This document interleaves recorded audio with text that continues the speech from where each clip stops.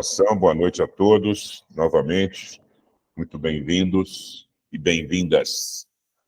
Hoje, nesse encontro de hoje, eu quero tratar com vocês de um assunto que foi bastante divulgado aí na mídia, que é uma pesquisa que a FENAPREV fez, e eu acho de extrema relevância, extrema importância, para que a gente consiga debater um pouco mais aqui, aprofundar os níveis de pesquisa e como é que essa pesquisa pode refletir nos negócios de vocês, mas principalmente como que ela pode ajudar a vocês a alavancarem os seus resultados nessa proteção pessoal, familiar, seja ela individual ou coletiva. Achei muito legal a pesquisa, tem alguns insights muito interessantes para a gente retirar delas, e diria até, eu ouso dizer, ouso dizer, que talvez vocês pudessem até aplicar um pouco mais no ambiente de vocês pudessem até personalizar isso na comunidade de clientes que vocês têm aí na carteira, tá? Então, vamos lá. Eu vou começar aqui compartilhando aqui.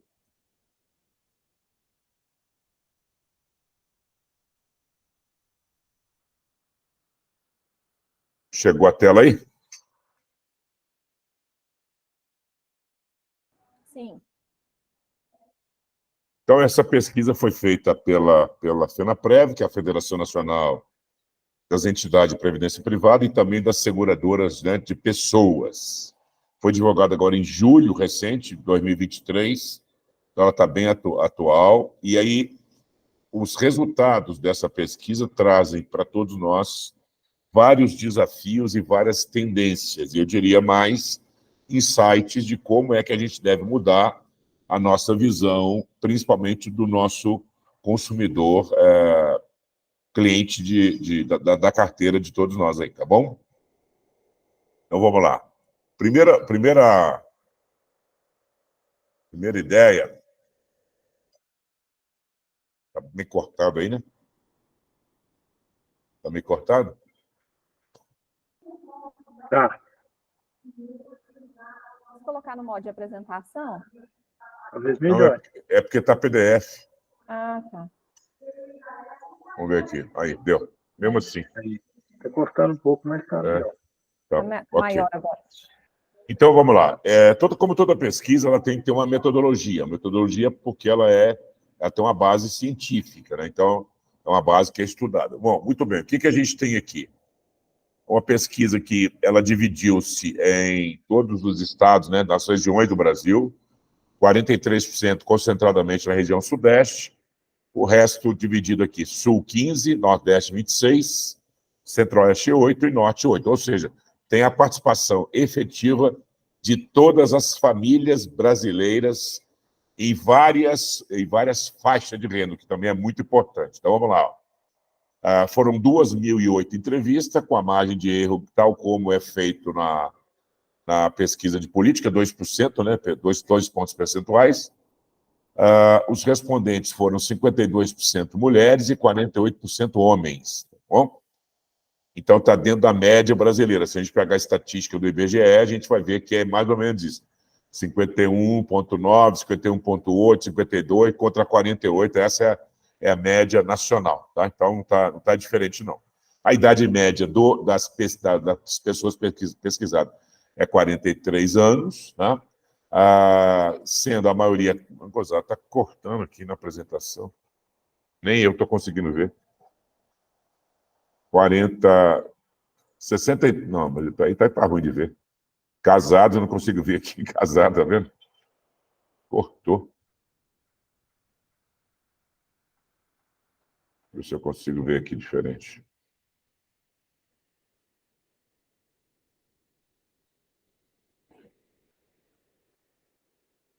Deixa eu fechar aqui e abrir de novo no outro lugar.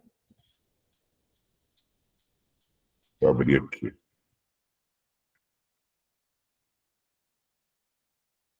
Acho que agora vai melhorar.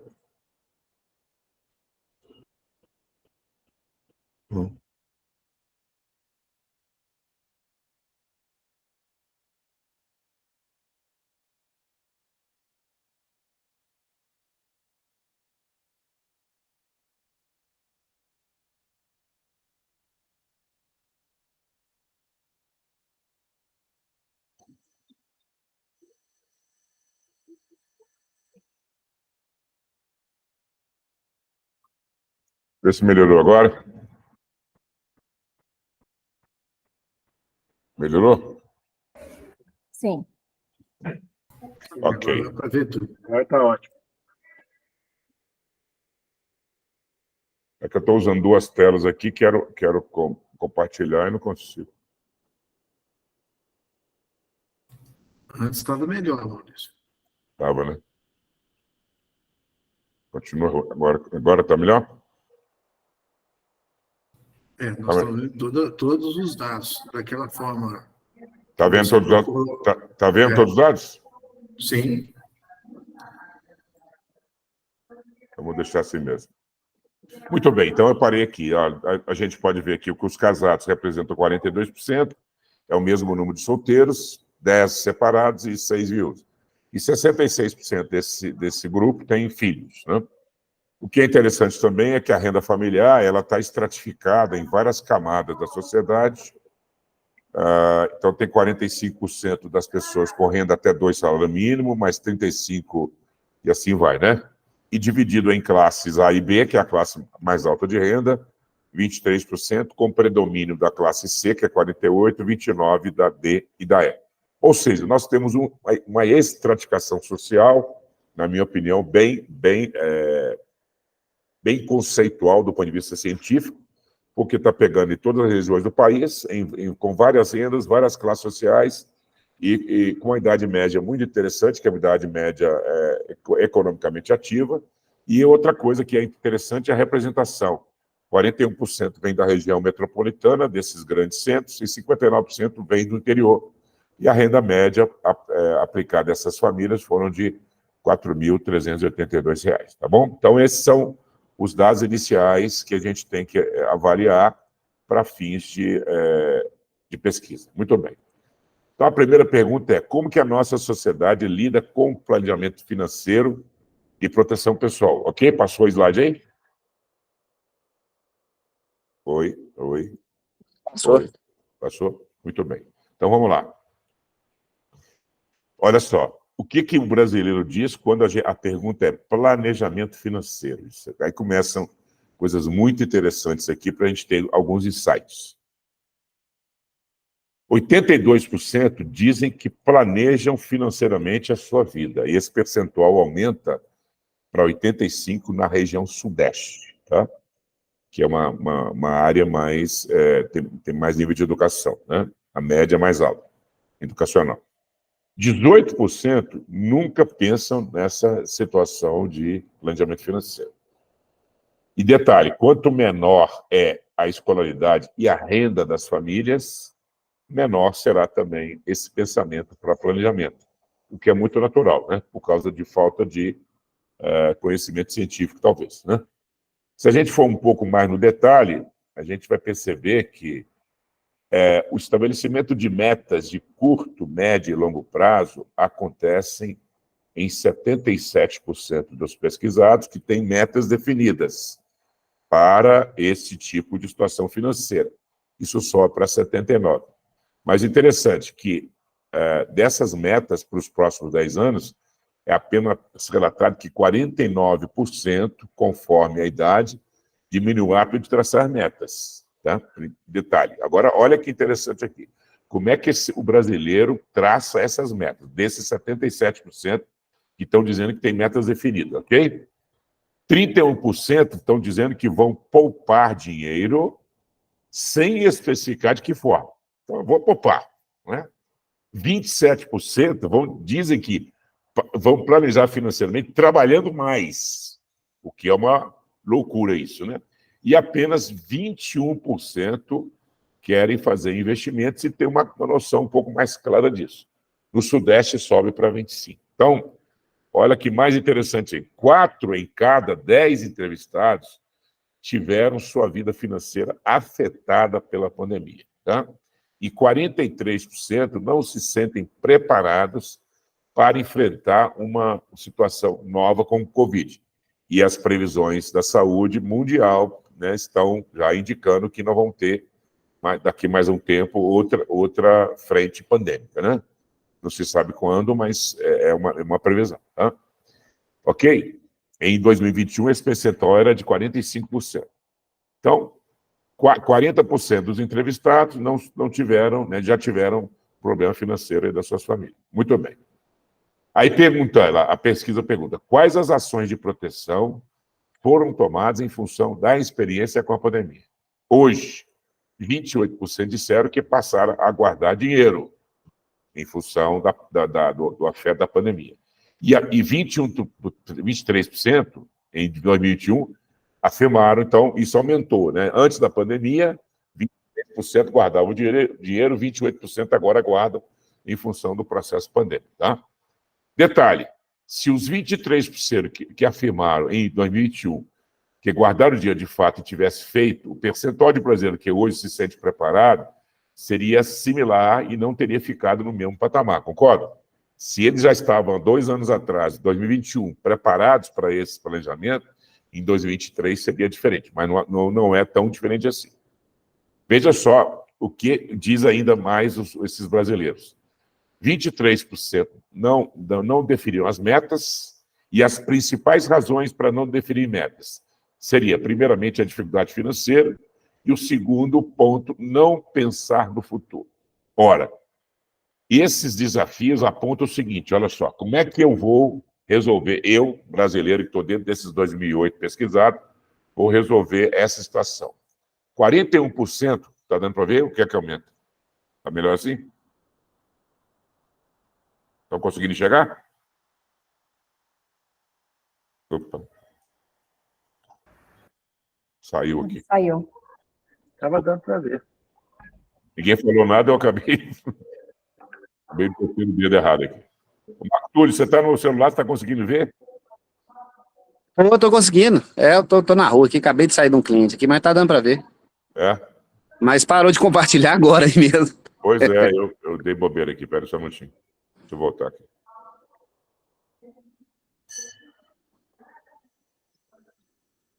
Eu apertei o mouse sem querer. Voltando.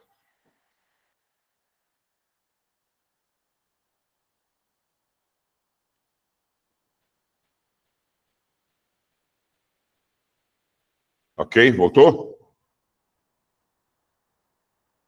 Voltou, gente? Voltou. Voltou, Ok. beleza. Então, nós estamos aqui no... A pergunta é, para todos, quais são os desafios e obstáculos encontrados para se planejar financeiramente, tá? E aí são, primeiro, e mais forte, reduzir despesas de modo a fazer sobrar dinheiro. Então, 41% dos brasileiros querem reduzir gastos para ter sobra de recursos. Os outros 36% querem gerar renda suficiente para guardar dinheiro durante o ano. E como eles vão fazer isso? Principalmente no trabalho, né? 33% sempre aparece uma despesa que não tinha previsto, por isso ele não consegue se planejar. 9% prefere gastar agora do que guardar no futuro. É um pensamento, né, imediatista. Não tenho controle sobre os meus rendimentos e os gastos do meu domicílio. Falta de controle de fluxo de caixa, né, e principalmente educação financeira. Não conheço formas de planejar e organizar minhas finanças. 6% não conhece. Falta também, de novo, de educação financeira e, eu diria, no nosso caso, até securitário, né? É um papel importante que a gente tem aí. Aí perguntamos lá, olha só, desses 41% que não conseguem reduzir as despesas para sobrar, além dos 35% que não geram renda e dos 33% que sempre tem uma surpresinha, o que eles dizem aqui? Ó? É uma questão estrutural, macroeconômica, que emperra o desenvolvimento do país. A renda real das famílias no Brasil ela é relativamente baixa, né? E temos agora uma formalização do mercado de trabalho, que 40% da força do trabalho ela é informal, né? Tanto que em 2017, com a reforma administrativa, o governo veio com ações aí para melhorar a questão do MEI, né? E está agora alterando para 2024, salvo engano, o limite para 130 mil, 130 e poucos mil, que vai dar uma média de 11 mil reais, ainda depende de aprovação, mas é provável que passa, hoje está em 6.750 mensais, ou 81 mil reais por ano. Né? Detalhe, os seguros de pessoas e previdência são bens de consumo superior. Dependem diretamente de capacidade de poupança do indivíduo. Portanto, nós não vamos atingir toda a população, obviamente, se eles não conseguirem ter uma chamada educação financeira e o seguro entrar como medida de planejamento e de investimento patrimonial. Isso é ponto pacífico. Quando avaliamos os gastos brasileiros com jogos de azar, olha que interessante isso, temos o valor surpreendente que no Brasil são gastos 100 bilhões de reais por ano. E esse gasto vem crescendo. Então, quando a gente fala de jogos de azar, 100 bilhões estão sendo gastos. E aí, a título de comparação, o gasto mensal com uma conta de celular é de mais 100 reais, média maior do que 100 reais. Gasto médio com prêmio de seguro é pouco menos de 50. Então, veja bem, se o brasileiro deixar de jogar nos jogos de azar ou reduzir a conta do celular, ele consegue fazer um seguro. Não, o investir 50 reais por mês num seguro é muito mais baixo do que investir numa conta de celular. Essa é uma conclusão da FENAPREV. Ou seja, de fato, temos uma classe que precisa de renda, mas há uma grande parcela que prefere apostar na sorte do que, de fato, em produtos que vão proteger a renda familiar. Aquela esperança, aquela coisa lúdica que nós brasileiros temos de sempre há uma expectativa de que a Mega Sena vai vir no ano, e a gente entra no bolão, entra naqueles jogos todos, e sempre na esperança de que, quem sabe, a gente vai ganhar, Então, eu praticamente quase que não jogo, porque eu sei que eu não vou ganhar, então é melhor fazer outra coisa. Então, esse é um dado importante aqui para a gente comparar, R$100 é o gasto médio com o telefone celular e 50 é o prêmio médio do seguro de vida.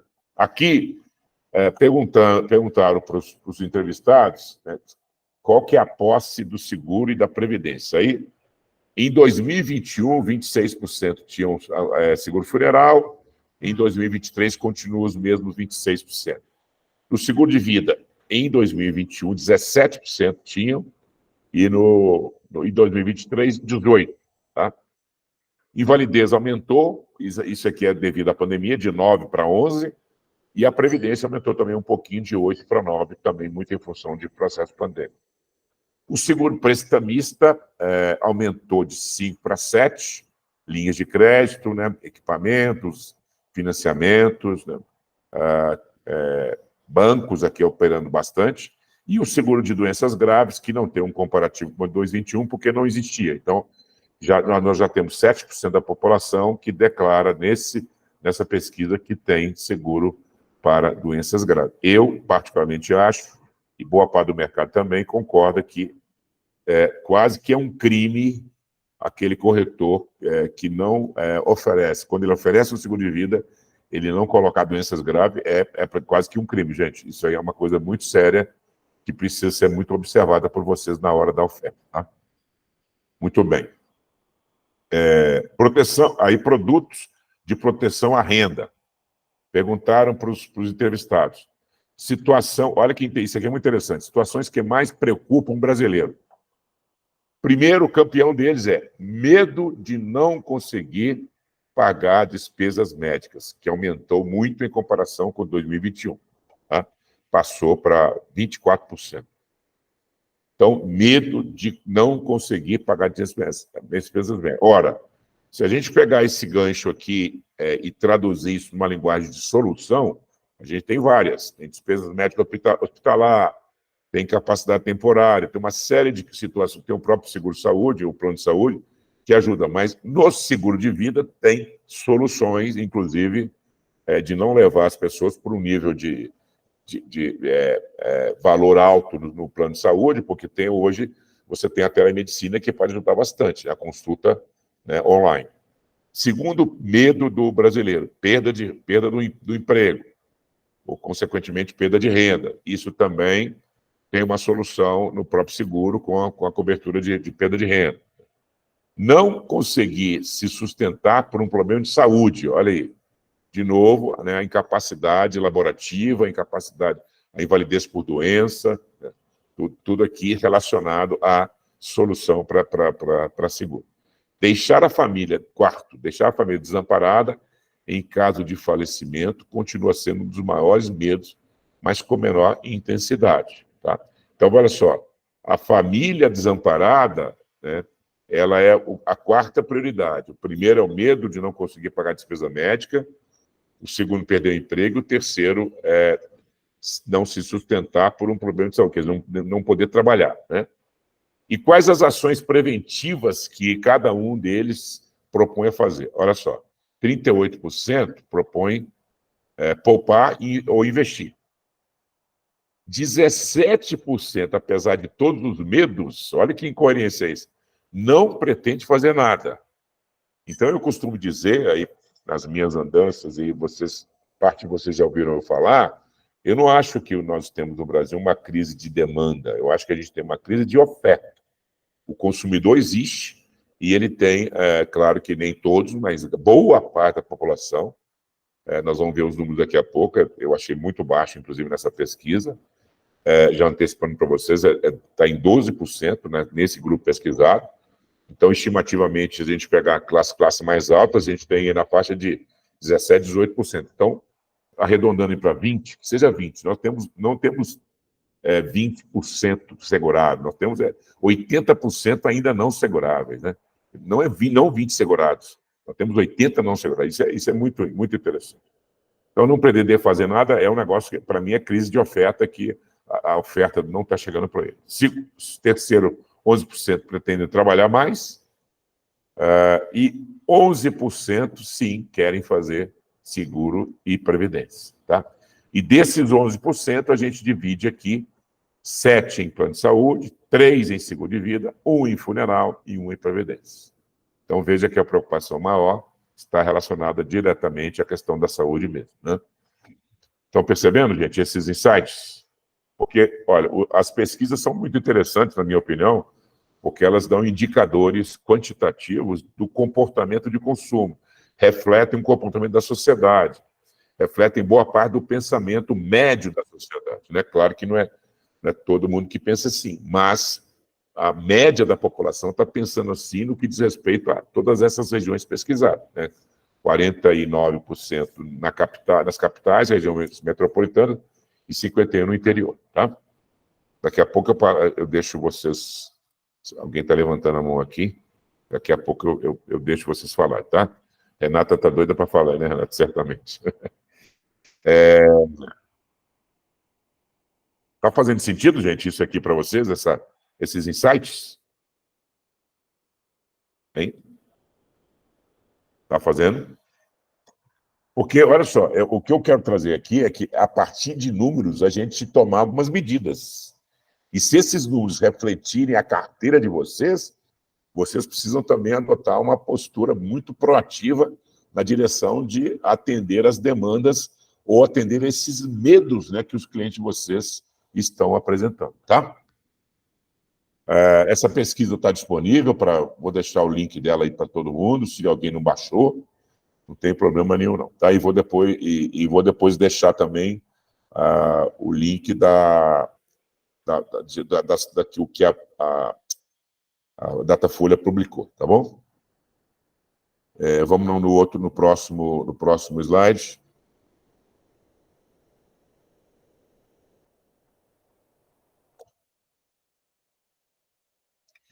Bom, aqui já é a proteção à renda, intenção de contratar seguro e previdência privada no próximo ano.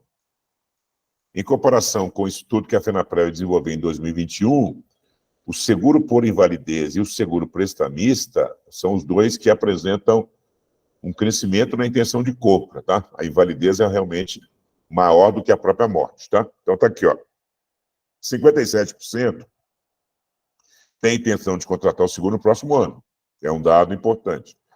Esse 57% está estratificado da seguinte forma. Aqui é o ano 2023 e o clarinho aqui é o ano 2021, tá? Então aqui não tem a comparação de saúde do ano anterior, do ano de 2021. Então 41% querem seguro-saúde, 34% em 2021 e 34% este ano. Maurício, só um minutinho, a Renata está pedindo para aceitar ela. Ah, desculpa. Para ela entrar. Eu achei que ela já estava.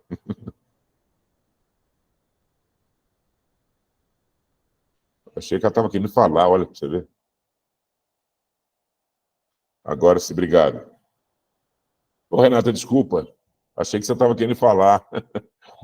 Eu estava, e era você estava pedindo para entrar, né? Mas vamos lá.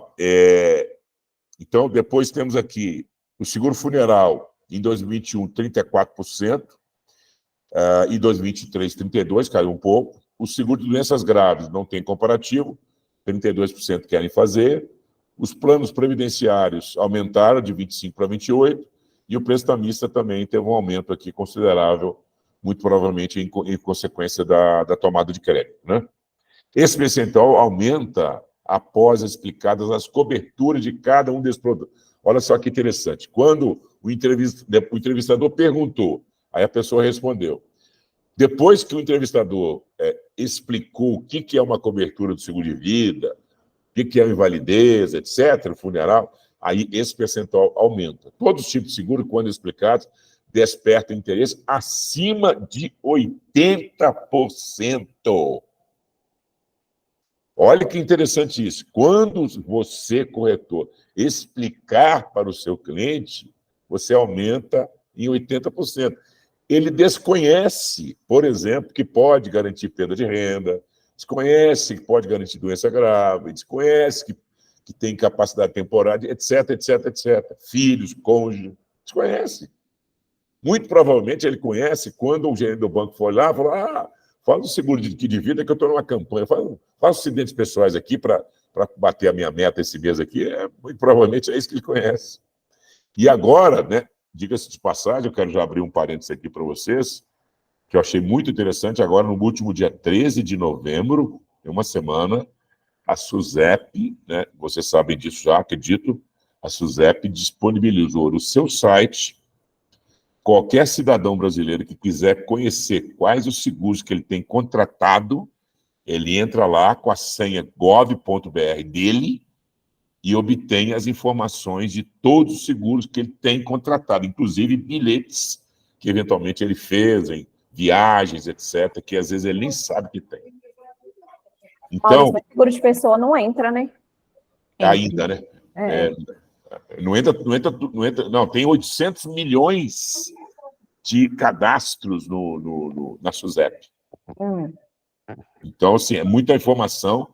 Então, eu diria, quando você estiver agora assistindo um cliente, orientando um cliente, do que você pode fazer? Você vai na SUSEP, né, e fala: quais seguros... Não, já tem seguro, então quais seguros que você tem? Vamos lá examinar quais são, né? A Previdência também, 85% acham interessante e 65% contratariam, 63%, desde que você explique as condições do produto. Então, gente, é coisa pra caramba. Renatinha, daqui a pouco eu deixo você falar, só um minutinho. Deixe todos falarem. Porque tem alguns insights aqui que eu quero... Bom, na sequência. Como a nossa sociedade lida com a aposentadoria? Olha só. Idade idealizada para sair do mercado de trabalho pelos 2.008 entrevistados.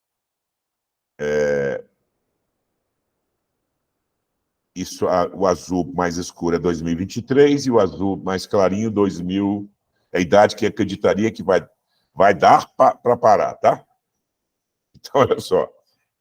É engraçado isso. Até 60 anos, 50% da população diz que é a idade ideal, né? Mas apenas 30% acham que vão conseguir parar nessa idade, né? É bem diferente. Em compensação, 10% entre 61 e 69, que seria a idade ideal para parar, e 12% já acreditam que é possível, tá? Aqui aí vai aumentando, né? 70 para 79, 7 que acham que é a idade para parar, e 12 que é a idade que acredita que vai dar para parar. Aí vai descendo, descendo, descendo. Agora aqui tem 8% que dizem que nunca vão parar de trabalhar, não vai dar para parar, né? não trabalha e não pretende trabalhar esse 4% ainda, não pretende parar de trabalhar, né? 14, junto com os outros vai dar 22%, e não sabe mais 18%. Então, assim, é realmente um dado muito interessante para que as pessoas não tenham nenhum planejamento de interromper a sua atividade laborativa e usufruir de uma rentabilidade de planejamento financeiro, né? Chama atenção o fato de 56% das pessoas idealizarem parar de trabalhar até 60 anos, eu falei 50 mais 56, mas apenas 30 acharem que realmente conseguirão. Na região sudeste, esse número muda um pouquinho, tá? Bom, aqui ainda, a fonte de renda que os brasileiros pesquisados indicaram que seria a fonte principal após parar de trabalhar. Então, olha só, 42% dizem que será o INSS. E nós sabemos, né, gente, que o INSS ele vai colapsar, né? Ou se já não está colapsado, é um termo economês que agora é muito utilizado, por conta da longevidade, por conta das regras que a Previdência Social já traz, e principalmente por conta da taxa de fecundidade, né, da mulher, né? Porque nós já estamos aí com 1,6 filho por mulher, e a tendência é ter mais cachorro e gatos do que filhos, né? Então, isso realmente é um problema. Então, a população economicamente ativa está reduzindo, e nós não teremos, obviamente, o Estado não vai ter condições de tutelar isso, né? Bom, 24% planeja ter uma reserva financeira ou poupança, não pretende parar de trabalhar 17%, olha só que interessante, ter imóveis para vender ou alugar, 14%, e 12%, né, fazer um plano de previdência privada. Então, já há um indicativo aqui bem interessante. Similar à questão das metas financeiras, o padrão de resposta se mantém.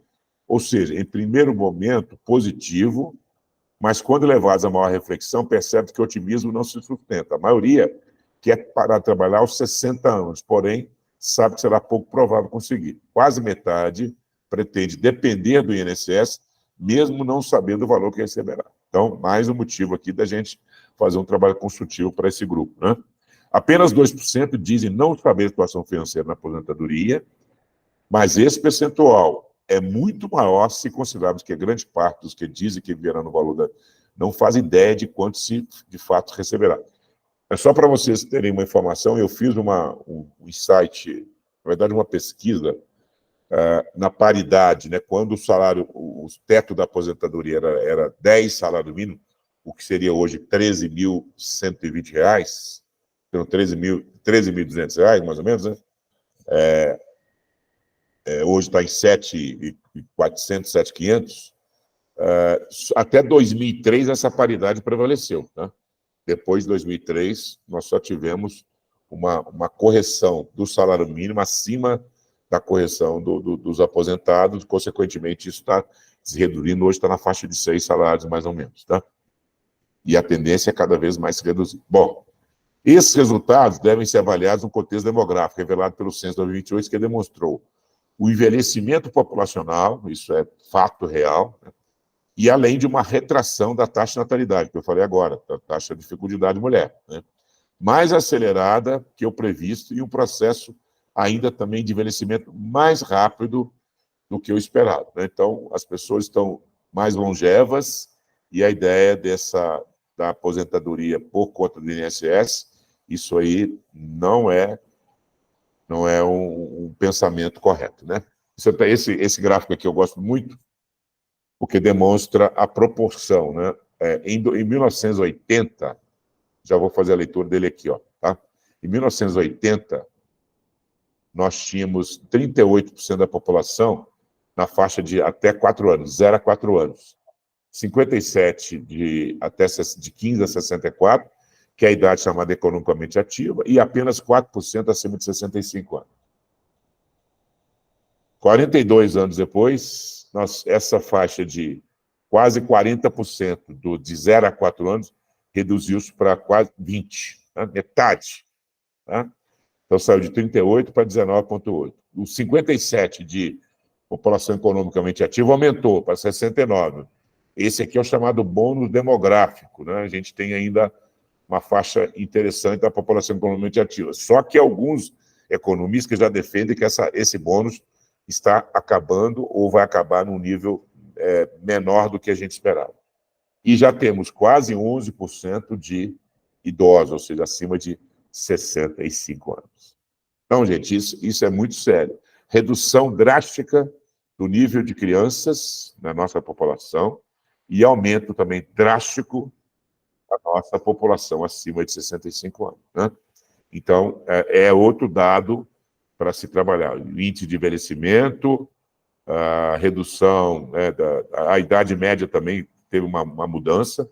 A mediana aqui em 1980 era 29 anos, e agora nós já estamos com a idade média brasileira em 35. Tá?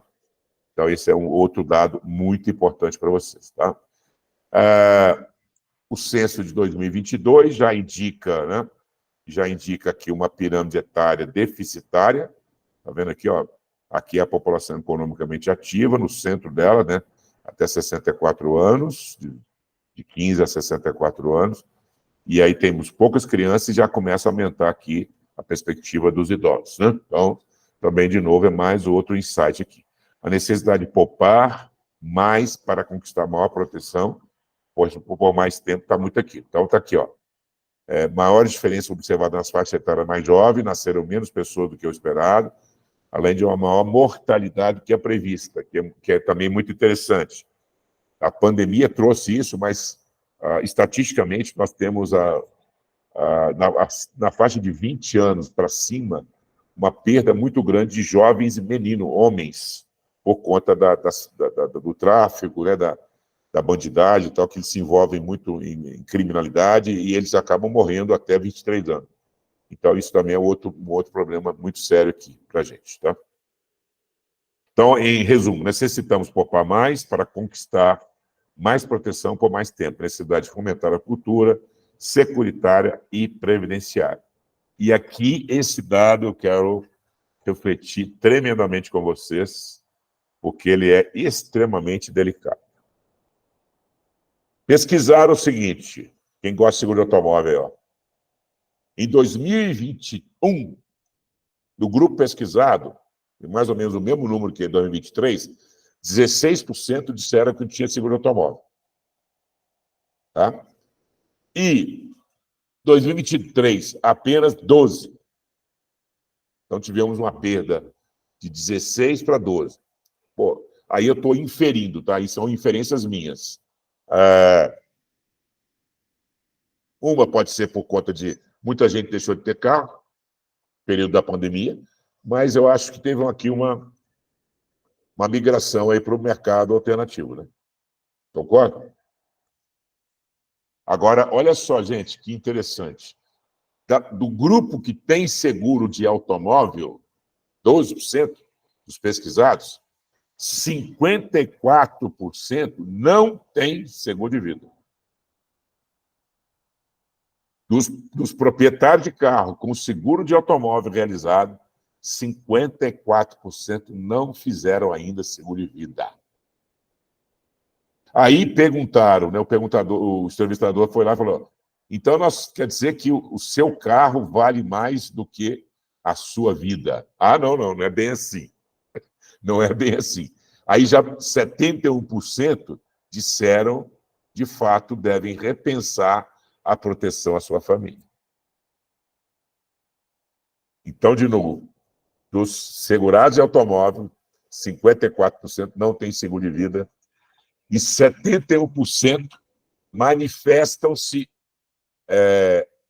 dispostos a rever essa questão do que é mais importante, a família ou o carro, a partir de uma ideia mais próxima do seguro. Né? Ou seja, há um entendimento absolutamente limitado das pessoas sobre o que é proteção de fato. Né? 85% dos entrevistados disseram ter interesse em ter uma proteção financeira, dos quais 63% possuem intenção de contratar também previdência privada. Então, gente, Seguro automóvel, legal, mas aqui... Tá aí, tá na mão de vocês, né? Ok? Essa pesquisa não foi eu que fiz, a pesquisa é da... Qual que é o nosso papel? Para finalizar aqui esse insight. Aí eu passo a palavra para vocês. Primeiramente, aprimorar e estreitar com a sociedade, explicando os benefícios de nosso produto de forma clara. Isso, eu acho que onde você estiver, corretor de seguros, onde você estiver no mercado, você precisa levar isso. E levar de uma forma estruturada. Fazer palestras em escolas, no Lions Club da Vida, na associação comercial, nas maçonarias, onde tiver a coletividade de pessoas, a gente precisa melhorar muito a nossa comunicação. Porque na pesquisa ficou claro isso, na hora que o entrevistador explicava o que era um produto, aumentava muito a chance de conversão. Segundo ponto, trabalhar para suprir a necessidade do enorme mercado potencial, diminuindo o gap de proteção securitária e previdenciária. A comunicação é um dos fatores importantes, mas a oferta, né, a aproximação com clientes, mostrando as necessidades, mostrando que existe uma falta financeira para essa família. Não é a pessoa só trabalhando a vida inteira que vai deixar um benefício para a família. A hora que ele for embora, como diz lá o nosso amigo Rogerinho, a questão não é como, é quando. Né?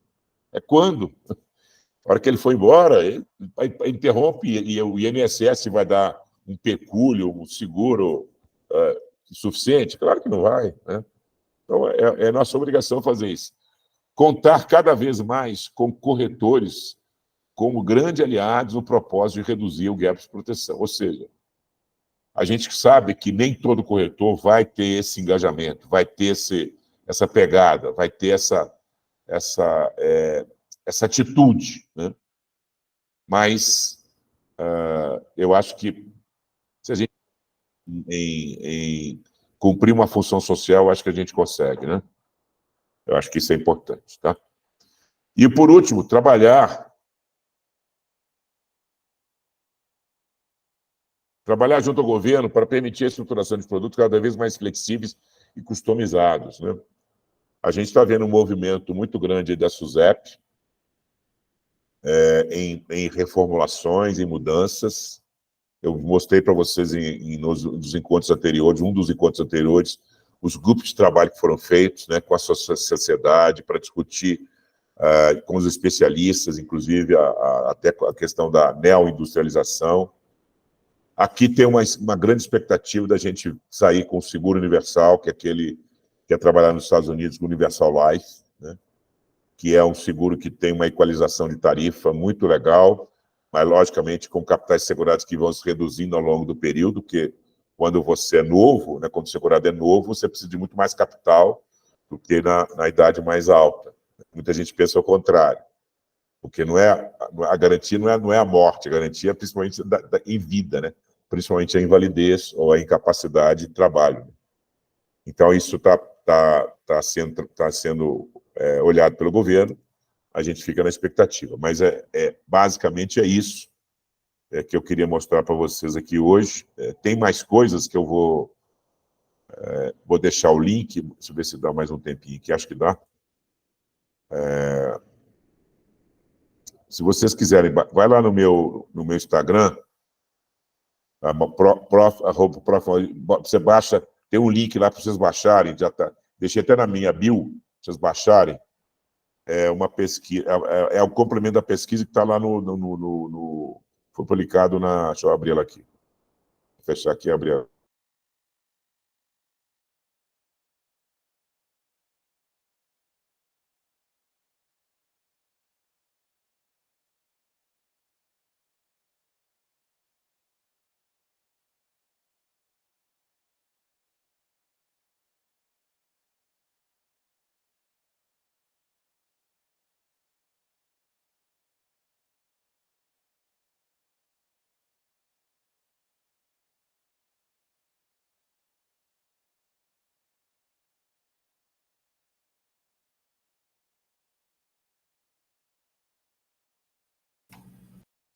Será que o Maurício saiu?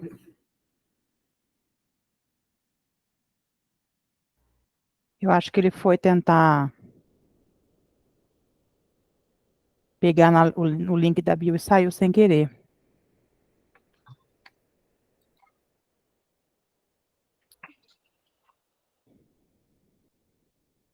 Vou esperar um pouquinho, acho que ele já volta.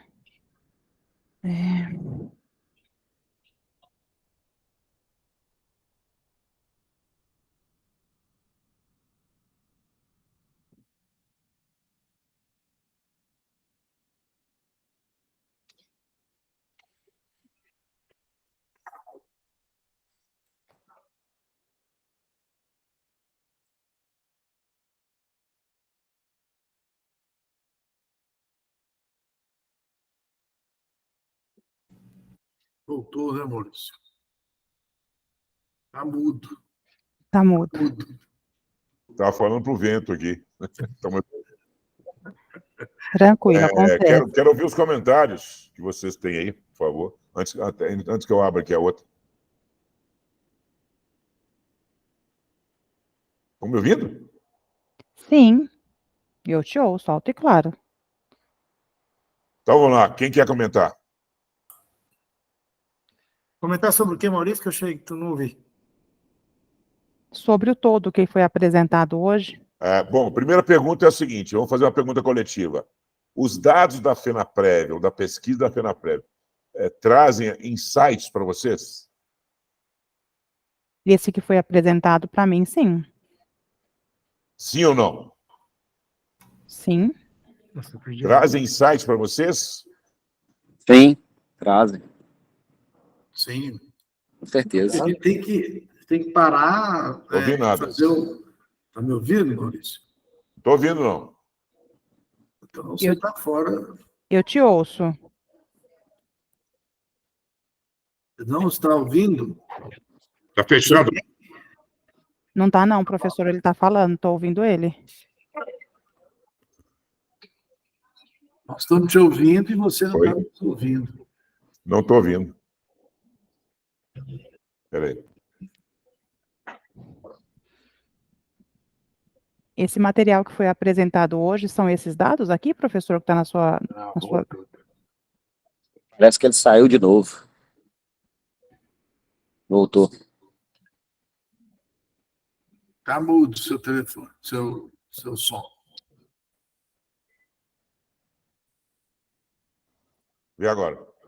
Está me ouvindo? Então, Eu te ouço, vocês estão ouvindo, né, professor. gente? Vocês estão ouvindo, Luiz? Sim, eu ouço, Luiz. Sim, tá ok. Fala agora. Está me ouvindo? Não? Sim, Só eu que não estou ouvindo. É.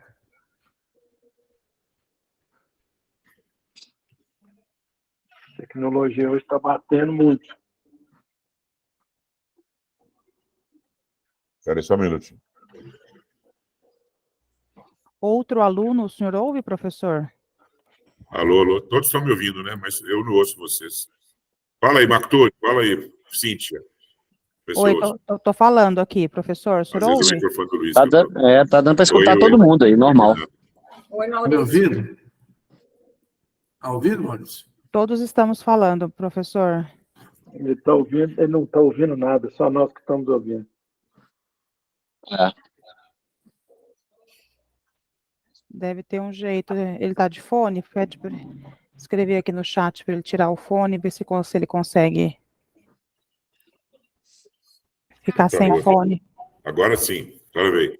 Voltou? Nos ouve? Voltou, agora veio. Então, ótimo. Luiz, a palavra. Não, eu vejo que a gente tem que parar, dar uma avaliada também com tudo que o Maurício falou e buscar para dentro da empresa o que é melhor, ou a mudança de atuação que a gente tem hoje na área de vida, né? Vamos falar vida e previdência.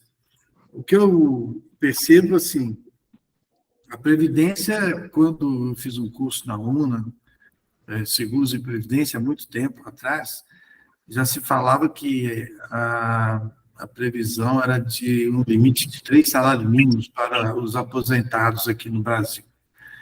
Isso deve ter uns 20 anos atrás, aproximadamente, já se falava isso. Nós já estamos aqui com os 7 mil e poucos, então já está aí em 3 salários mínimos, né? Aí 6, né? 6 salários mínimos. Então, Eram 10. Isso nós estamos falando de limite, né? O que eu vejo também, quando se fala dos números que a pandemia, o seguro de vida, aumentou 1% de 21 para 23, após a pandemia.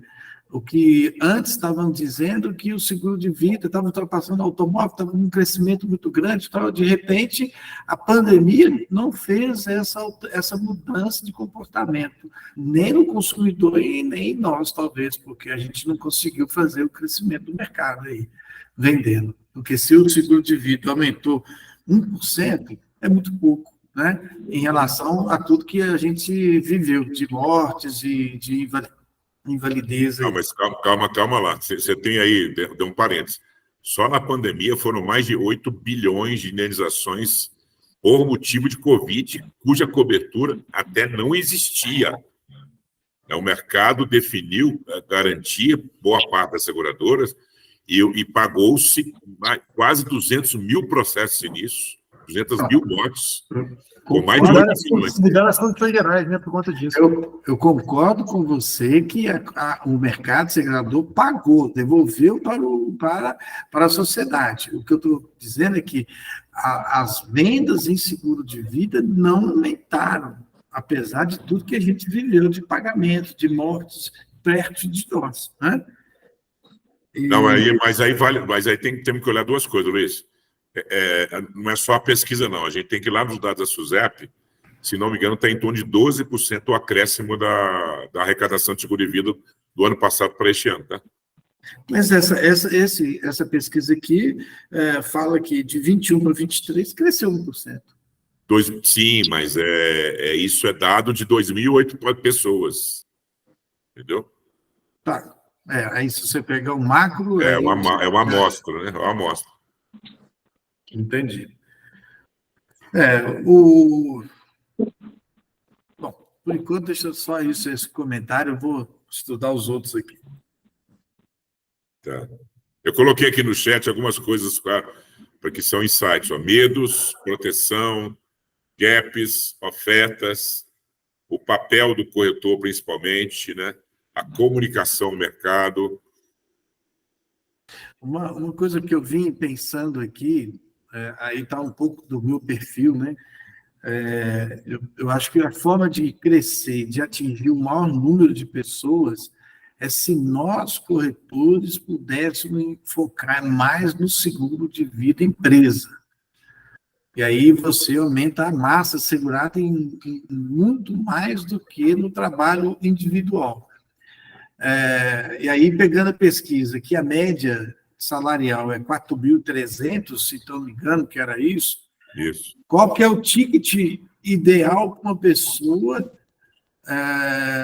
que ganha 4.300? Quantos por cento do salário dele ele pode envolver com o seguro de vida para que ele tenha pagamentos constantes a vida inteira?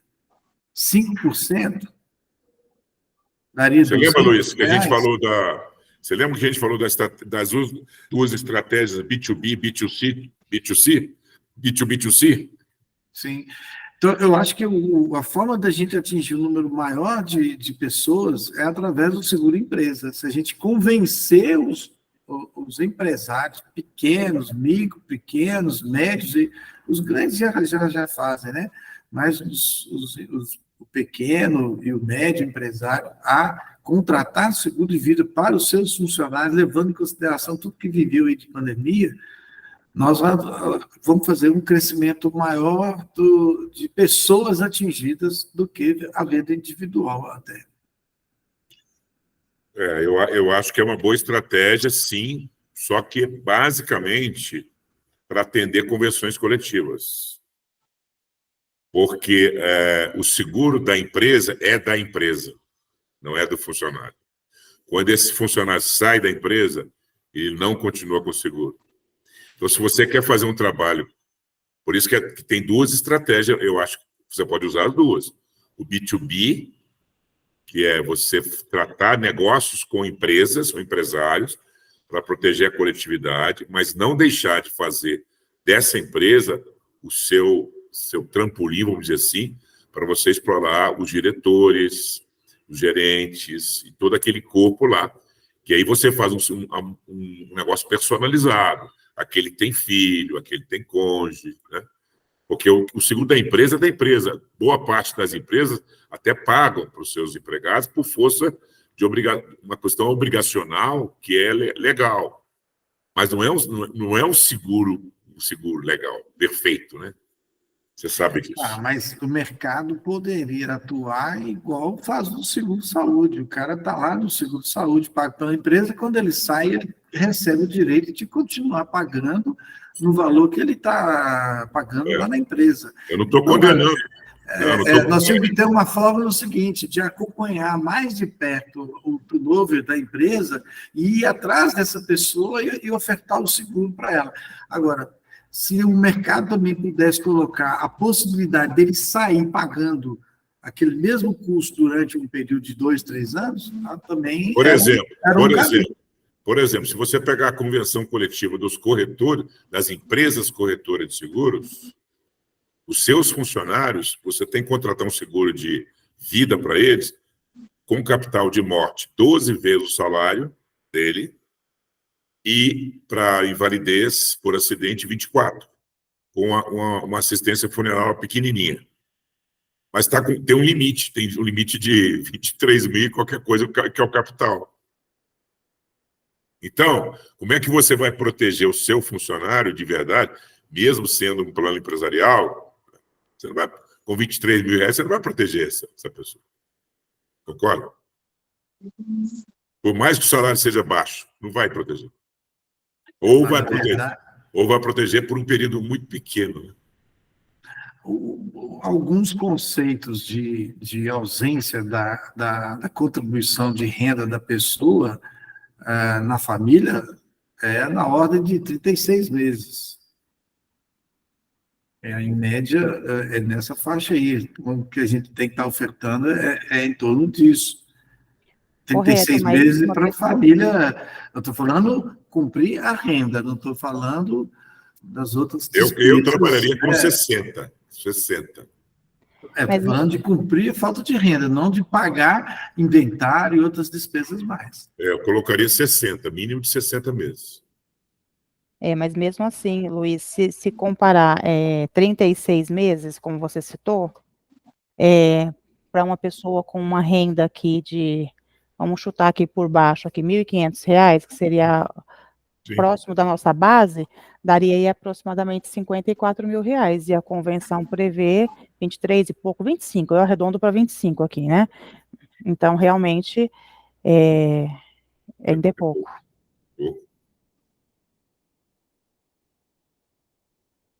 Mas nós estamos trabalhando o mínimo que o sindicato exige. Aí, se você for fazer uma apólice diferenciada dentro da sua empresa, fora desses pacotes de sindicato, você consegue fazer um plano maior. Então, Cíntia, fala aí, Cíntia. Maurício, eu tinha notado aqui sobre uma coisa que me chamou a atenção, foi a falta de conhecimento do planejamento financeiro das pessoas. Eu já dei uns toques aqui, já conversei sobre isso, e com o pessoal que trabalha com marketing aqui para a empresa, que a gente posta no blog, né, fala sobre assuntos diversos, assim, da gente conversar mais sobre esse assunto. Você acha legal a gente ir por esse caminho, já que tem essa carência, né, das pessoas ter esse tipo de conhecimento, de investir em falar sobre isso? Acho super legal, super legal. Super legal. Qualquer ação que vocês, empresários, fizerem na direção de orientar, de comunicar, de informar, isso já é um grande passo, que a nossa sociedade ela carece de informação. É. Ela carece de informação. A gente não tem escolas... tem uma iniciativa muito rasteira ainda, mas é positiva, da Ministério da Educação, para levar para as escolas educação financeira. Né? E na educação financeira, as crianças vão aprender a trabalhar minimamente com receita e despesa equilibrada, né? Para não gastar mais do que ganha, essas coisas, porque nós temos alguma coisa na ordem de mais de 60 milhões de brasileiros, 63, 65, nessa faixa aí, que tem a principal dívida contraída pelo cartão de crédito. Não consegue sair da dívida, tem um CPF negativado, tem problemas financeiros crônicos, muitas vezes por conta dessa situação de cartão de crédito. Porque... A gente vê muito isso na cotação de seguro, né? A quantidade de pessoas que está com restrição de CPF, pois né? E os juros são escorchantes. A pessoa, às vezes, faz uma compra no cartão de crédito, chega a fatura e fala, vou pagar só 10%, 20%. E a hora que ele faz isso, meu Deus, isso é falta de informação, falta de cultura. Coloca 80% lá de dívida. Isso vai virando uma bolinha de neve e, no final, as pessoas não conseguem administrar.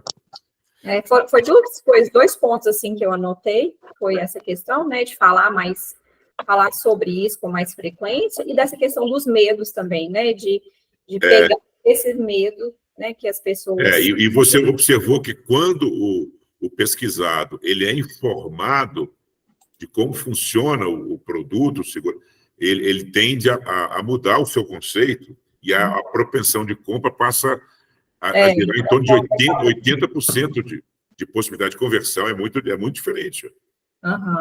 Esse ponto também foi legal. Mas o que mais me machuca é perceber que o cidadão dá mais valor para o carro dele do que da própria família. Isso realmente é duro. Isso é duro. Isso é uma falta de consciência social enorme, enorme. Quer dizer, o carro dele, se for roubado, é mais importante do que ele perder algum ente da família, ou ele ficar doente, ou ele morrer. Fala, Renatinha. Complementando aí, né, o que a Cíntia está falando, é muito importante mesmo, Cíntia. A gente tem um papel muito prioritário nessa capacitação da nossa geração que está na nossa faixa etária, mais longevo, e começando aí seria realmente um trabalho com uma repercussão futura, falar sobre finanças, né, ou planejamento financeiro para crianças, como o professor citou aqui na escola. Já estou me preparando para isso, porque realmente eu entendi que isso faz todo sentido para a nossa operação, pelo que a gente faz, quer sejamos a priori, inicialmente, gestores de risco, o posicionamento sobre conhecimento financeiro para o nosso cliente, nós, se quisermos nos tornar referência e centralizar ou vender mais para esse cliente, a gente precisa realmente falar sobre esse viés. Tem até um viés, agora até posso estar falando aqui o termo errado, eu não me recordo com clareza, mas acho que é Health Life, uma coisa assim, Health Life, que é o posicionamento não só como corretor de seguros, mas como planejador financeiro, como orientador de todos os serviços financeiros para o nosso cliente. Isso é um viés que, se a gente não prestar atenção, nosso mercado está sendo realmente invadido por outros profissionais da área financeira, como, por exemplo, os planejadores financeiros, os agentes autônomos de investimento. Eles estão vindo para a nossa cadeira de gestor de risco, porque eles Isso é legal você dizer. E por que estão vindo, né, Renata? Porque, na verdade, o que acontece? Aquele investidor, todos nós vamos ter uma chamada ausência inesperada. Né? Quando vai acontecer.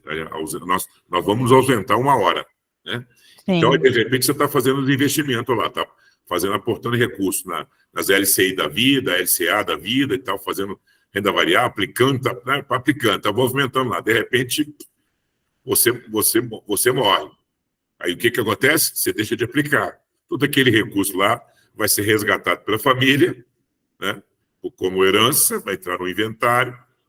Então, quando quando o agente de investimento entra nisso, ele entra para quê? Para proteger também, ele acaba protegendo, aumentando o patrimônio com seguro, né? Gerando liquidez para a família, e aí a família dá continuidade, inclusive, né, às aplicações, porque aí, né, os filhos, enfim, né, vão virar correntistas das chamadas XP da vida. Essa que é a grande verdade. É verdade. É. E eu já estou me preparando para isso, porque realmente já estou aqui com alguns cursos em andamento sobre planejamento financeiro. Eu já era coach financeira, mas nunca atuei com veemência, e quando entrei na área do risco, realmente eu deixei de lado essa atualização. Então, eu voltei nisso daí. Mas, enfim, a minha pergunta aqui era a respeito da liberação ou do acesso das informações com relação lá no ponto .gov. Essa oportunidade ou essa liberação aí dessas informações, professor, ela está ocorrendo concomitante ao Insurance Open Finance? Não, tem outra, não, nada disso. Não, né? Não. Open Source é outra coisa, que na verdade essa é uma discussão que o mercado, de certa forma, já tem até consolidado, porque a maioria das seguradoras, entende?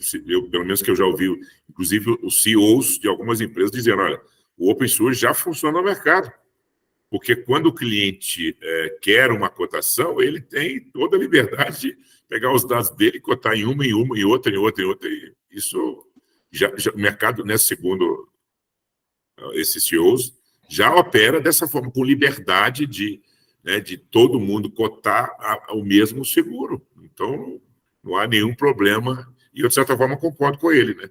Não é compartilhar dados da seguradora A para B para C, mas é o próprio cliente, como que ele é o dono do dado dele, ele passa para quem ele desejar, né? Assim como passa para o corretor A, para o B, para o C, ou para a seguradora X, Y, Z para fazer a cotação. Então, o mercado já é... Conecta, né, Maurício? Foi muito bom esse debate. Eu achei muito bom. Eu achei que o segurado, ele é dono dos seus dados, e ele passa isso para o corretor ou para a seguradora que melhor lhe convier. Então, não há nenhuma proibição. Você tem que cotar só aquela, só um corretor ou só uma seguradora. O mercado opera de forma livre, né? Então, isso não tem nada a ver com o Open Source. O que tem a ver é um avanço na direção de informar ao cidadão quais são os seguros que ele tem, porque muitas vezes ele nem sabe que contratou, e contrata por vários canais, e canais, às vezes, que não explicam, né? E isso, para a SUSEP, é um problema, né? Porque, às vezes, a SUSEP recebe reclamações e tem que levar para... Às vezes, recebe reclamação na ouvidoria, né? E o cidadão fica bastante, às vezes, até chateado com relação à falta de zelo nas transparências das relações, né? Essa que é a verdade. Muita gente faz, né, o GAzinho, porra, e o cara não sabe. Tá certo, professor. Obrigada pela resposta. Nada. Rose? Então, com relação, acho que essa informação dos aportes aí lá no site da SUSEP, eu acho bem bacana. Porque tem muitos corretores que, por medo da concorrência, eles não disponibilizam, né, as aportes. E, principalmente, o canal de venda banco omite muito. Então, a gente tem uma demanda bem grande quando fala-se de falecidos, né? A família vem te procurar, saber se tem aporte, se não tem. Então, mas uma coisa que eu queria te perguntar, professor, sua opinião com relação a essa questão da comercialização do seguro de vida dentro da corretora. Você sabe, eu já te passei que é uma dor que eu tenho, né, com relação a essa questão da diversificação da carteira. E o que eu vejo? Nós tivemos, semana passada, terça-feira, fizemos um workshop aqui, e o Alisson veio falar sobre seguro de vida para a nossa equipe aqui. E o que a dificuldade que a gente tem? Primeiro, é sair do operacional do automóvel, né, que consome a gente uma coisa absurdamente, né, doentio, né, até acho que é doentio. E o segundo ponto é essa questão, formar um consultor, porque hoje a gente vê muito mais que a gente precisa de ter além de um consultor para analisar o risco, ele também tem que ter essa percepção aí da proteção, né, financeira, que tem que ter uma pessoa, tem que ser uma pessoa que tem um alcance maior intelectualmente e até conhecimento de finanças mesmo.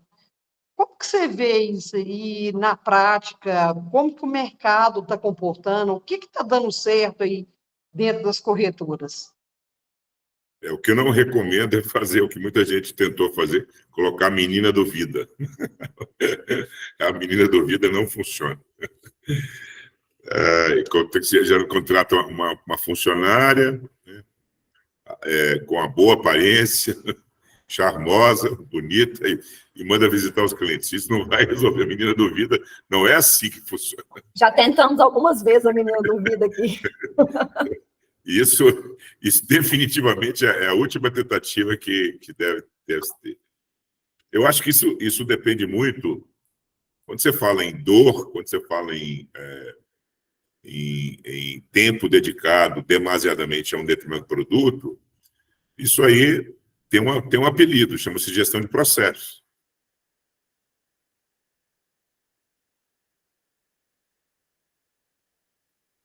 A atender quase que exclusivamente o automóvel. Então, se você não criar uma metodologia diferente, se estruturar para mudar o processo, não vai resolver. Porque o processo não é só... o processo é assim, tem a entrada de dados, você primeiro tem que coletar os dados do cliente, tem que fazer um tratamento desses dados para depois fazer, né, avaliação da oferta, depois da oferta, né, tratar todas as objeções e junto, né, com entrevista e objeções para formatar o produto adequado. Depois é que vem a conversão do produto, e aí, a partir daí é que tem todo um outro tratamento processual de contrato, de encaminhamento, enfim, de manutenção e tal. Então, eu vejo que a mudança de processo é a que é a mais importante. É uma estruturação, depende de uma reestruturação, uma repaginação e, principalmente, uma ressignificação de propósito da corretora.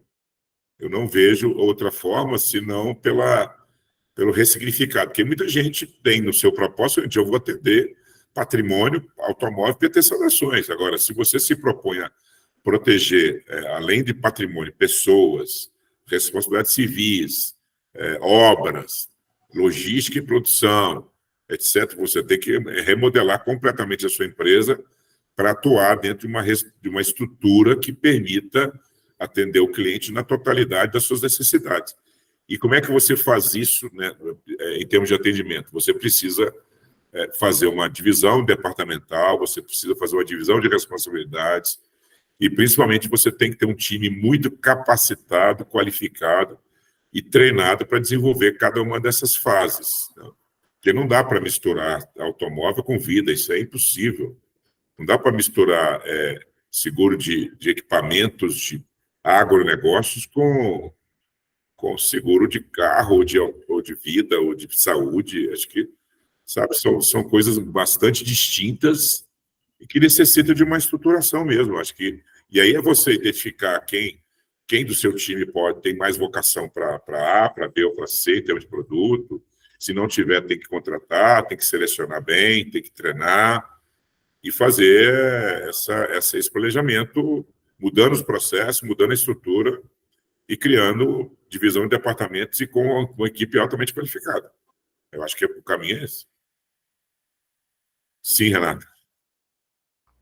Complementando aqui a pergunta da Rose, quando você fala na reestruturação de processos, professor, e até o exemplo que você citou aqui como um exemplo mais aproximado do ideal, né, foi citado aqui para a Rose, que é o de reestruturar a equipe, reestruturar especialistas nichados em cada área, você, pela sua expertise, pela sua experiência, o senhor acha que uma pessoa com uma visão multifocal no cliente não teria essa capacidade?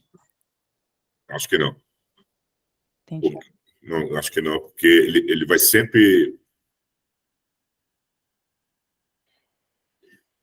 depender de conhecimentos específicos que acaba ele não conseguindo multiplicar a resposta para o cliente. Ele vai sempre contar com alguém. Ele pode até ser um cara, uma pessoa interessante para se relacionar, mas ele vai ter que ter equipe de back-office ou de técnicos para ajudá-lo na formatação. Tem coisas que são muito específicas. Ou a equipe de back-office, ou até mesmo parceria com um especialista naquela área. Aí é diferente, Aí é diferente. Aí muda um pouco, né? Que é o caso, por exemplo, a gente fala muito lá no programa 5.0, né? Que é o caso do agronegócio, né? Com a Patrícia. A Patrícia é uma especialista em agronegócio, então ela tem muito mais facilidade para negociar, para avaliar os riscos, para fazer um gerenciamento, e o corretor, que não é especialista nisso, vai ter muito mais, vai demandar muito mais, não que ele não consiga, mas ele vai demandar muito mais tempo para entender a operação e ter segurança de fazer a venda e tal. Aí as parcerias são diferentes, mas na área do vida eu acho difícil acontecer por causa da confiança, né? Quando é um negócio maior, negócio tipo agro, tipo engenharia, garantia, eu acho que é mais fácil. Mas quando fala que é uma vida individual, em que a pessoa, o corretor, o seu parceiro vai aproximar-se, vai pegar questionário, vai orientar, vai fazer vai pegar o imposto de renda dele, vai orientar finanças, acho que cria uma intimidade maior do que... Né? Então, acho que há um receio muito grande, na minha opinião. Não é assim evidente muitas vezes, mas o corretor acho que resiste bastante na hora que ele tem que tratar de um seguro de vida individual. No coletivo até que nem tanto, mas no individual, o cara vai abrir o jogo a vida dele toda, ele vai criar muita proximidade com quem estiver conversando com ele. Então, mas aí que eu não entendi. Você fala que teria que ser setorizado, ok, mas então quem vende o automóvel não está, se ele for treinado, ele não está habilitado a vender o vida? Acho que não. Não? Vida não, de jeito nenhum. Pode vender residencial, empresarial, alguma coisa ligada a patrimônio, mas vida...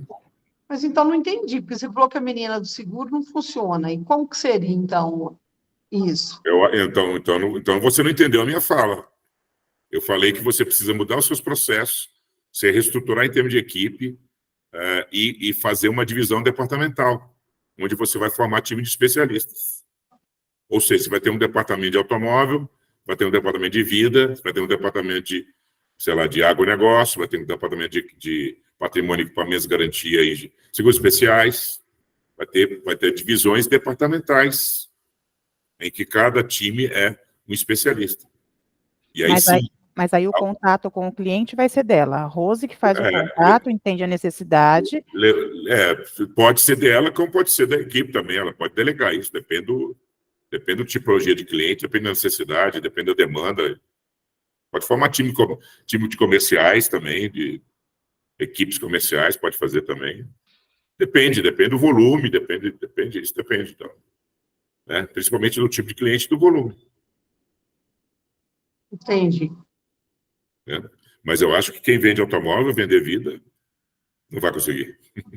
Eu acho que aí vai entrar naquela parte de vender para bater a meta, né? O AP, aí a função está distorcida, né? E o que eu acho mais interessante, na minha experiência, eu particular, isso é opinião pessoal, tá? Eu acho que o automóvel é muito mais complexo do que o vida, muito mais complexo. Mas muito mais complexo. Quem passou a entender bastante de automóvel, olha só se você tem modelo de carro, cada um diferente do outro, você vai tratar com uma cobertura de faróis, é uma loucura, a precificação toda diferente. Aí tem modelo de se é caminhão, se não é caminhão, se é carroceria, não sei do que, se é vidro, se carro reserva, assistência 24 horas, quilometragem, franquia, cara, reduzida do normal. É tanto detalhe, e tantas variações. Facultativa, isenção de primeira franquia. Nossa, sabe? Aí tem a cobertura de danos corporais, morais, estéticos, não sei o quê, o APP, cara, sabe? É muito mais complexo, é muito oficina, peça, não sei o quê. Cara, é muito mais complicado, eu acho muito mais complicado, sinceramente. Tecnicamente falando, você precisa ter muito mais informação do que uma cobertura de morte, do que uma cobertura de invalidez, se ela é parcial, total, né? E aí, o que tem variações mais complexas agora é de doença grave. Você tem, geralmente, 3 conceitos. Tem um básico, um intermediário, né, porque vai aumentando, tem companhia, vai ampliando o rol de doenças. Mas uma perda de renda, está muito clara como funciona, mas uma incapacidade temporária, define Pô, cara, eu acho muito mais simples do que, sinceramente. E sem contar bônus, perfil, não sei o quê, cada companhia trata de um jeito. Cara, você tem que conhecer todas as... Eu participei uma vez de um grupo de trabalho, acho que eu já contei isso para vocês, que a gente, lá no Paraná, que a gente analisou 12 seguradoras, como que era assistência, não era nem a cobertura, as coberturas, era assistência 24 horas. As diferenças eram brutais. Por exemplo, tinha uma companhia que oferecia, isso já tem mais de 10 anos, R$600 de reembolso por uma despesa de hotel com a família, e tinha outra que pagava R$30. E companhia gigante, europeia, e o corretor vendendo aquilo como... Então, assim, eu imagino quantos corretores venderam errado, ou sem saber que estava vendendo, que o reembolso era de R$30.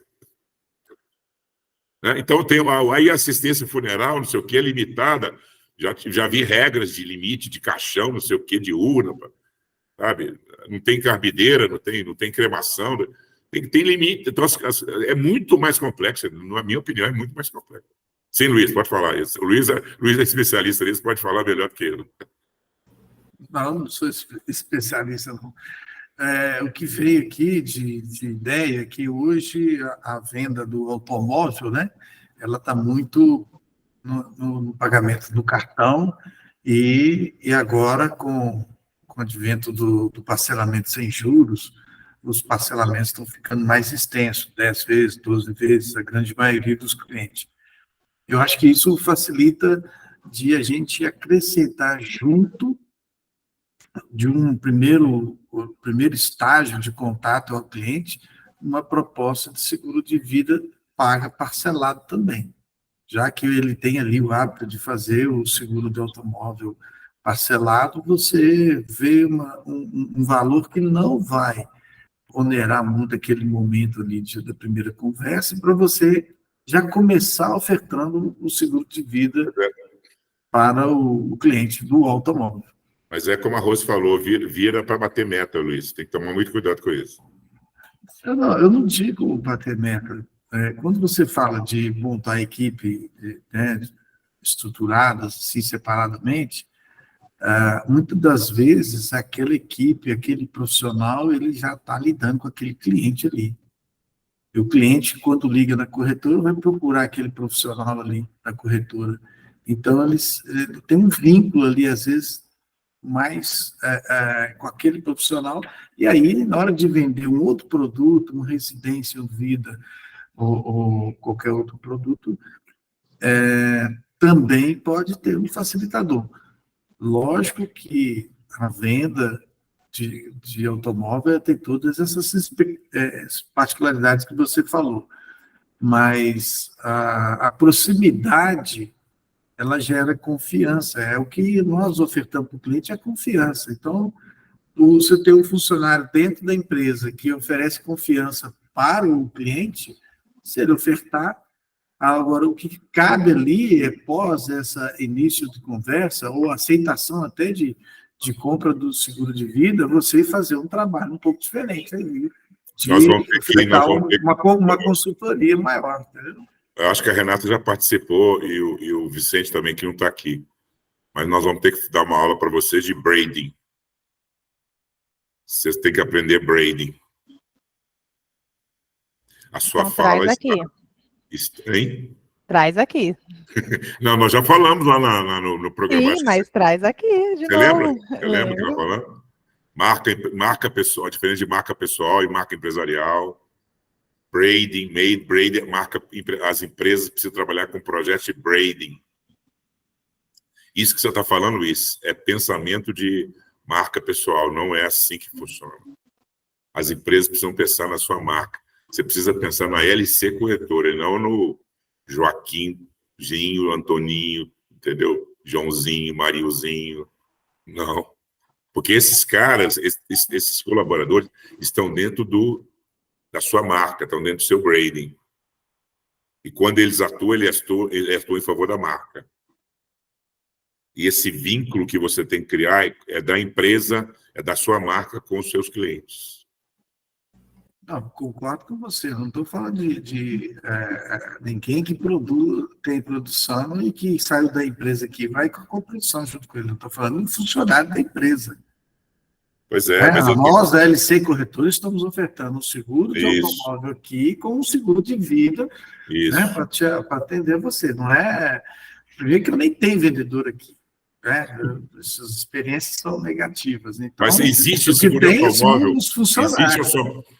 Pergunta é, existe seguro de automóvel? Renato, existe seguro de automóvel com seguro de vida? Então, eu não estou falando vender os dois juntos, produto que tem esse vínculo igual de meta, não. Estou falando de você ofertar duas propostas. Tá. Mas tem que tomar muito cuidado com isso, porque é o seguinte, não sei mais a Renato falando, uma corretora que não está nesse grupo, não. Ela falou assim, Maurício, eu tive uma ideia. Eu vou pegar por mês, uma quantidade X de clientes e vou mandar para ele, junto com a minha proposta de automóvel, ou um pouco depois, vou mandar já um seguro prontinho de 100 mil de vida, tá? E 200 de AP, e vou mandar para ele com o boleto vai pagar. Eu falei, como assim? Não faz isso, não. Por que não, mano? Porque, primeiro, 100 mil reais ou 200 mil reais vai ser a garantia de cada cliente, é a garantia que cada cliente precisa. Você tem que fazer um trabalho de entrevista muito personalizada.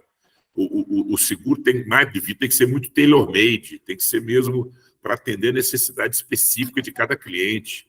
Tem que ter uma entrevista qualificada para entender o que aquele cliente realmente precisa, se ele necessita de capacidade temporária, se ele é representante comercial, se ele viaja muito, se ele viaja para o exterior, por exemplo. Né? Qual que é o tamanho da família dele, qual que é o tamanho da renda dele, tem filhos, que idade, esses filhos vão estudar até que idade, qual é o planejamento financeiro que ele tem, que tipo de outro patrimônio ele tem, para você fazer uma complementação de renda. Ele tem casa, tem carro, ele tem fazenda, tem boi, tem terras, ele tem investimento, tem previdência, ele tem a aplicação financeira, ele paga imposto de renda alto. Cara, são muitas variáveis que você precisa trazer para o ambiente de análise do cliente. Ele pratica esporte, qual que é o índice de massa corporal dele, como é que é o atestado de saúde dele, ele tem histórico de doença não, de cirurgia ou não. Anda de moto, pula se ele pratica os ismos da vida, alterofilismo, alterocopismo. Pula de bungee jump. Sabe, são coisas...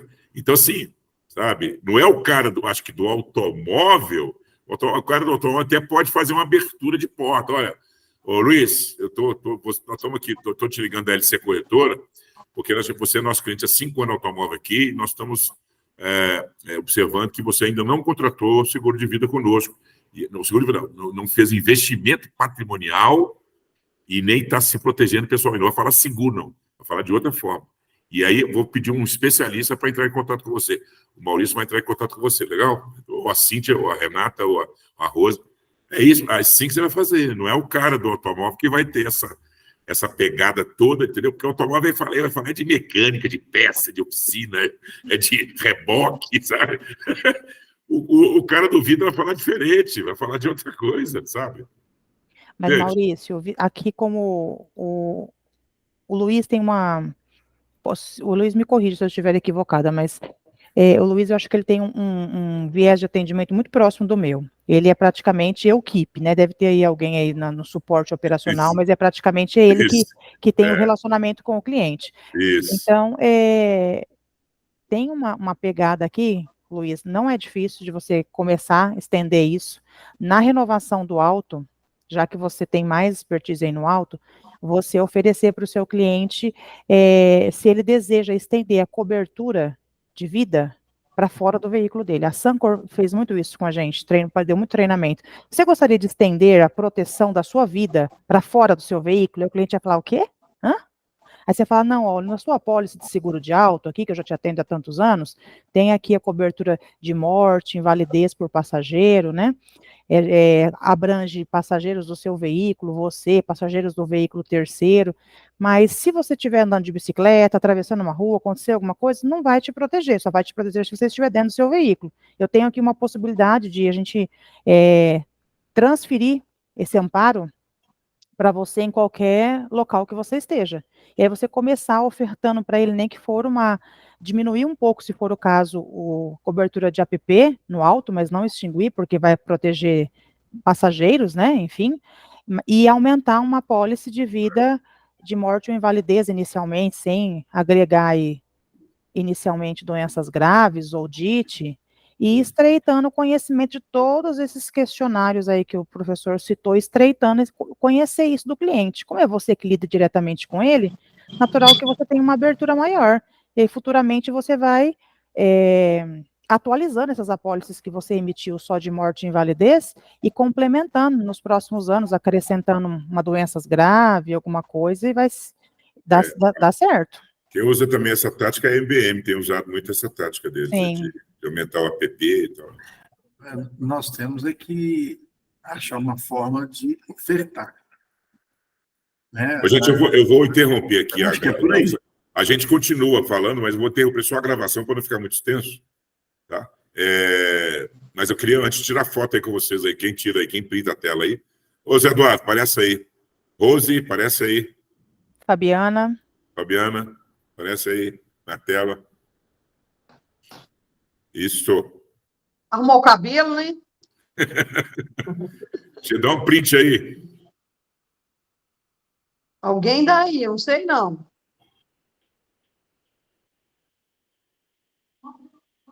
Acho que a Cíntia deu um print aí. Deu, Cíntia? Coloca no grupo lá, por favor. Eu vou interromper a gravação aqui, tá?